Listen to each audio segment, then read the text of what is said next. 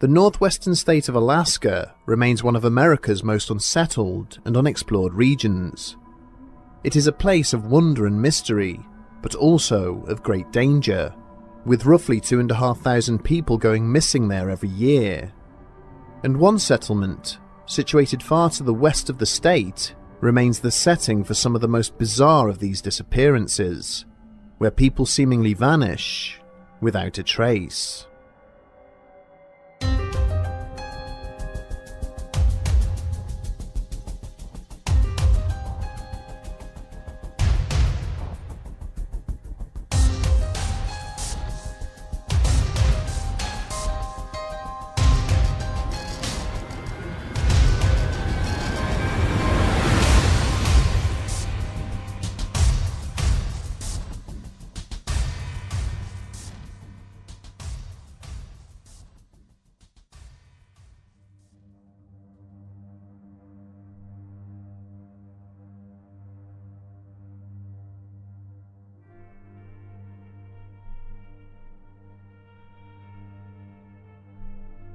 Timothy Smith had been in the process of making his first cup of coffee of the day when the mobile phone in his pocket had begun to vibrate. Stopping what he was doing to take the call, the state trooper found himself speaking with Tracy Bowie, one of the clerks from the nearby city courthouse. Initially apologizing for having called so early, knowing the officer would still be preparing for his shift, Bowie went on to ask Smith if he was aware of any missing persons reports having been filed over the weekend. Moving over to his computer terminal and checking the logs, he informed her that there wasn't any, his reply in turn leading to a protracted and awkward moment of silence. The clerk had gone on to relate that her colleague, Joseph Balderas, had not turned up for work that morning. The last she had heard, he had been going out hunting for the weekend and was now failing to answer his phone. Promising to look into the matter, Smith retrieved his coffee and went on to ask his colleagues if anyone had seen the missing clerk during their travels over the weekend. A popular and easygoing guy, well known around the town of Nome, it wasn't surprising when two local officers did recall having recently seen Balderas' car parked out near mile 44 on the Nome Council Highway.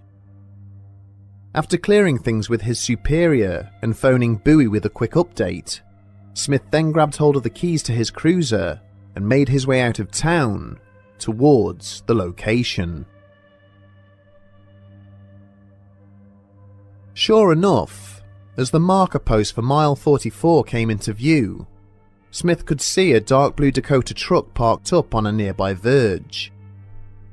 Having checked the parked vehicle was secured and unattended, Smith had proceeded to remove the loudhailer from inside the cruiser and then call out for the missing man several times. All he received was silence, which seemed to grow more ominous with each passing second. Checking the Dakota once more, he saw no signs of damage and no obvious tracks leading away into the bushes alongside it. The state trooper considered the parked truck for a moment and began to feel a familiar tingling sensation as the hairs on the back of his neck bristled with unease. Shortly afterwards, at his insistence, additional units were soon on their way, in possession of thermal cameras and search dogs. But when the hounds had been walked up to the vehicle in order to catch its owner's scent, they had proceeded to track only a little further down the road before coming to an abrupt halt. Despite several more attempts and the repeated urging of their handlers, the pair of tracker dogs instead remained sitting stubbornly on the spot where they had come to rest, in the middle of the highway, several yards from the abandoned vehicle, with no forward progress in any direction. It was as if the missing man had simply ceased to exist on that very spot. At the time of writing, it has been 6 years since Joseph Balderas set out alone to hunt game in the countryside around his hometown and never returned. The search for him would last 5 months, involving workers from numerous law enforcement agencies and emergency services, and costing tens of thousands of dollars. But no clue as to the fate of the missing hunter was ever uncovered, and 12 months later, he was declared legally dead by a local court. The Balderas case remains one of the most mystifying and frustrating missing persons cases in the history of the city of Nome. The 36-year-old was a fit and healthy outdoorsman who held a position of responsibility within the local community and was part of a large circle of family and friends. Balderas had no known medical or mental health issues at the time of his disappearance and was in the process of making plans to marry his fiancée and move across state to settle down in Juneau. Investigators have never been able to come up with a viable hypothesis as to why Balderas would disappear of his own volition, and they have met with little success in evolving a working proposal as to how he may have vanished in circumstances beyond his control. There was little evidence at the scene that he had ever left the immediate vicinity of his vehicle, with no tracks or damage found amongst the foliage nearby. The idea of an animal attack would be ruled out due to a lack of blood or torn clothing, and there was nothing to suggest that an accident or criminal act may have taken place. But perhaps the most concerning element in the disappearance of Joseph Balderas is that it's only one of many similar incidents, all within the same seemingly unassuming city. Nome was first settled at the beginning of the 20th century, when it was established that there were significant gold deposits lying hidden in the ground nearby. Countless adventurers and prospectors swarmed to the remote region in search of fortune, and as they did so, various businesses and services associated with their enterprises were also established. Over time, as the gold rush slowly waned, so too did investments in the city. But due to its isolated and remote location, it has remained an important transport and trade hub. It boasts 2 airports, along with a busy dock area, and it is via these facilities that most visitors enter or leave the city, as the roads leading into the countryside do not extend to any larger highways or settlements of significance. There have always been rumours of unexplained disappearances in and around Nome, mostly relating to members of the native population. But it was not until the late 1990s that the scale of these disappearances became clear, with up to 30 members of the town's population having vanished under mysterious circumstances. Every town or city inevitably has its own array of missing persons, and whilst 30 cases over 50 years may not sound of particular concern, the fact that Nome has a population of less than 4,000 pushes this number well above the national average. The families of those who had gone missing had campaigned for many years for external assistance with the investigations, stating that they did not feel the local police were doing enough to solve the disappearances. But it was not until the summer of 2005 that they were finally successful in this endeavour, when the mother of Erica Pataki petitioned the state attorney in relation to her missing son. 21-year-old Eric hailed from an Inupiat settlement on nearby St. Lawrence Island and had been visiting Nome at the time of his disappearance. His family had repeatedly warned him not to travel to the city due to the many disappearances amongst their community which had occurred there, but he was adamant that no harm would come to him.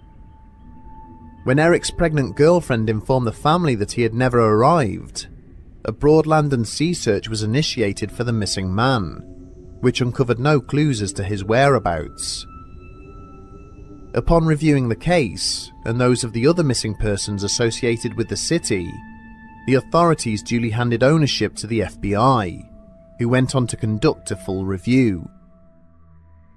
Their report, in which they were asked to consider the presence of a killer or group of killers operating in the local community, found no apparent evidence of foul play. It instead noted the harsh weather conditions and flat open topography of the land surrounding the town. Alcohol was said to be a factor in most of the identified cases. The profilers found that many of the victims were male, had frequented local bars, or had been drinking to excess at the time they vanished, and had likely died of exposure having meandered out of the city and into the surrounding area. And yet this does not explain how the remains of the missing have never been found, given the lack of undulating terrain or thick undergrowth situated anywhere near the city limits.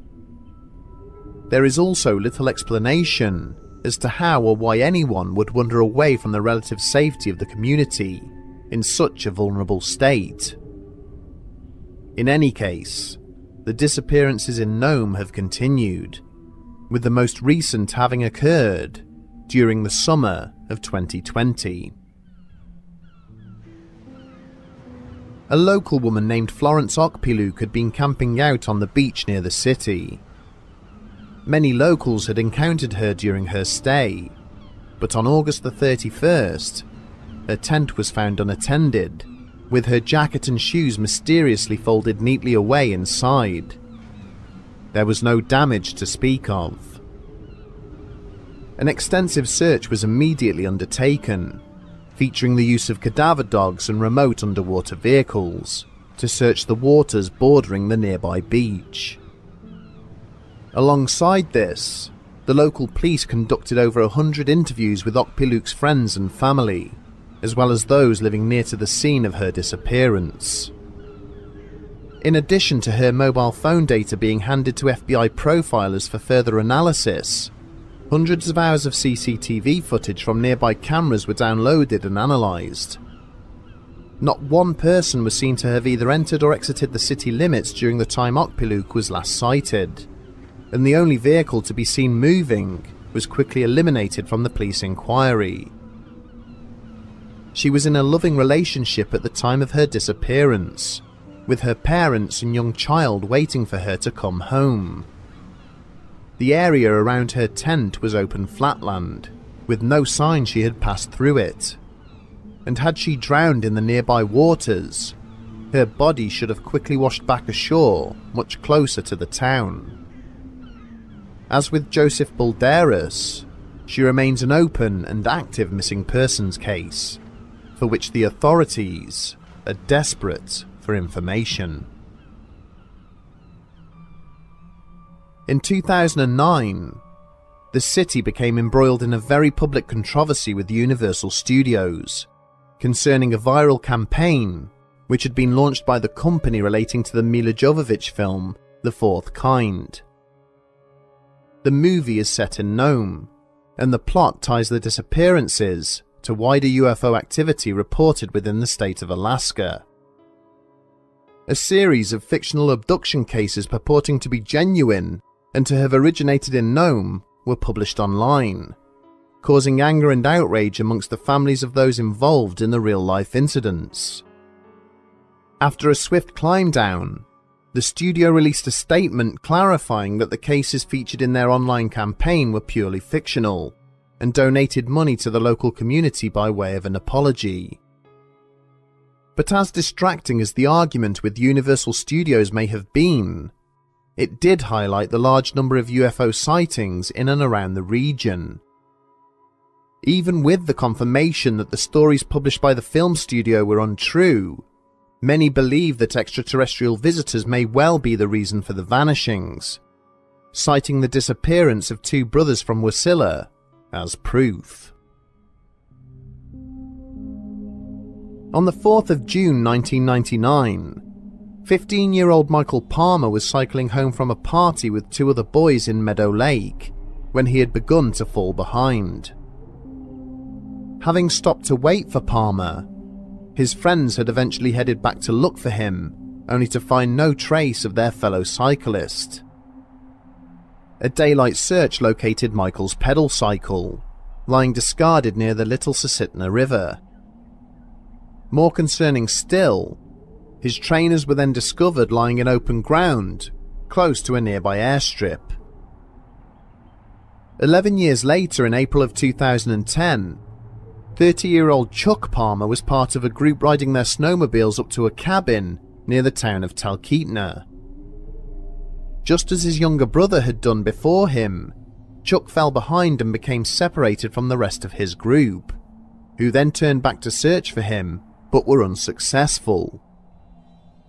Once the authorities had been alerted, an aerial search was carried out and Chuck's snowmobile was found unattended in an open patch of snow.